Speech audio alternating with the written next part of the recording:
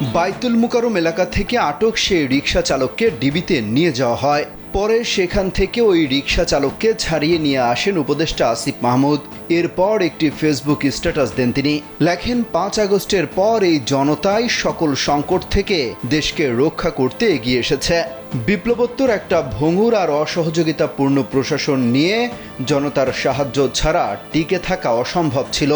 গতকাল যারা সরকারকে মিস ইনফরমেশন দিয়েছেন নোট করে রাখা হয়েছে, আর যারা মুখোশ পরে নানা রকম ষড়যন্ত্রে লিপ্ত তারাও সাবধান হয়ে যান।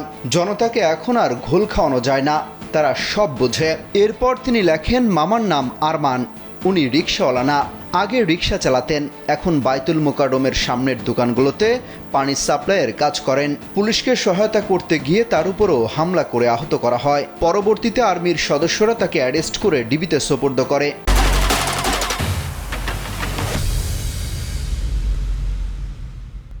তাকে ছাড়িয়ে এখন ঢাকা মেডিকেলে প্রাথমিক চিকিৎসার জন্য নেওয়া হয়েছে।